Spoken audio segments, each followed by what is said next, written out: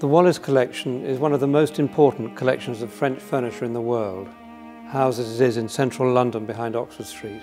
And this piece, this writing cabinet, is a copy of a piece in the Wallace Collection. The original piece was made by Jean-Henri Riesner, the royal cabinet maker, for the Queen, for Queen Marie Antoinette, and delivered to the Palace of Versailles in 1783. Here the oval plaque is a symbol of the sacrifice to love. And the idea is that it's a Secretaire Abattant, which you open up and you can write your love letters. The quality of this is exceptional.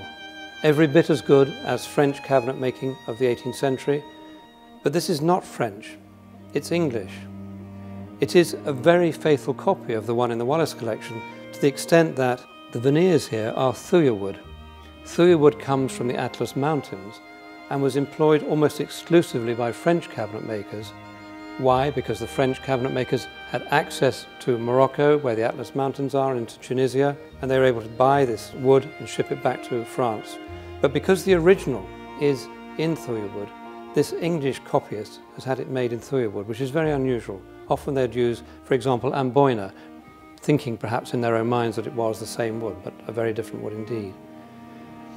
If we open it up, you can see here the telltale of it being English. It has a chub lock, stamped chub, and with a little chub fish, which is rather sweet, below the serial number, which, if we're lucky, the records may be able to tell us who made this and who it was made for.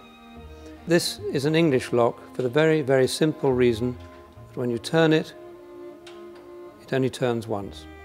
A French lock would protrude more and have 2 turns of the lock. English construction inside as well. In lovely condition. Let's look at one of the drawers. Isn't that wonderful, the way the sheen on the mahogany? Highly polished, beautifully chosen grain. But what really always fascinates me is the way these are made, the cabinet work inside. These lovely dovetails here, 1, 2, 3, 4, and at the end, 3 dovetails. And that to me is a sign perhaps that it was made by a great London cabinet maker, the Metropolitan Code. 4 dovetails at the front and 3 at the back. That is the very best English craftsmanship.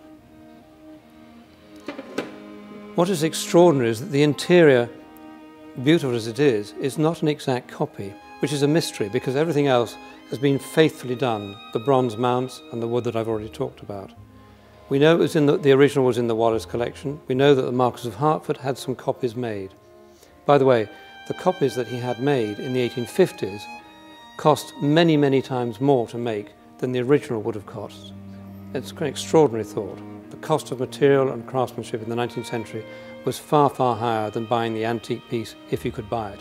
And I think that's the trick. If you can't buy something, you have to get it copied. The interesting thing about this piece, and it's a mystery that needs to be solved, is that underneath the top drawer in the original piece in the Wallace Collection is a label from a cabinet maker and bronze maker, bronzier, Hatfields of London. It's dated 1900. So Hatfields presumably had the original piece from the Wallace Collection in 1900, perhaps for restoration. Was that when they made this copy?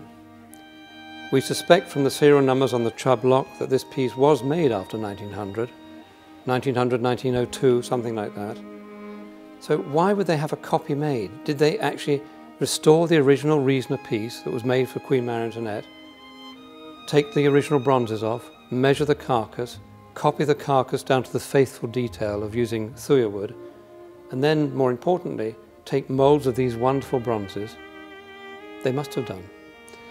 So it's a great big mystery that needs unravelling, but to me this is an extremely important piece of furniture which might possibly have escaped from the collections of the Marquis of Hertford.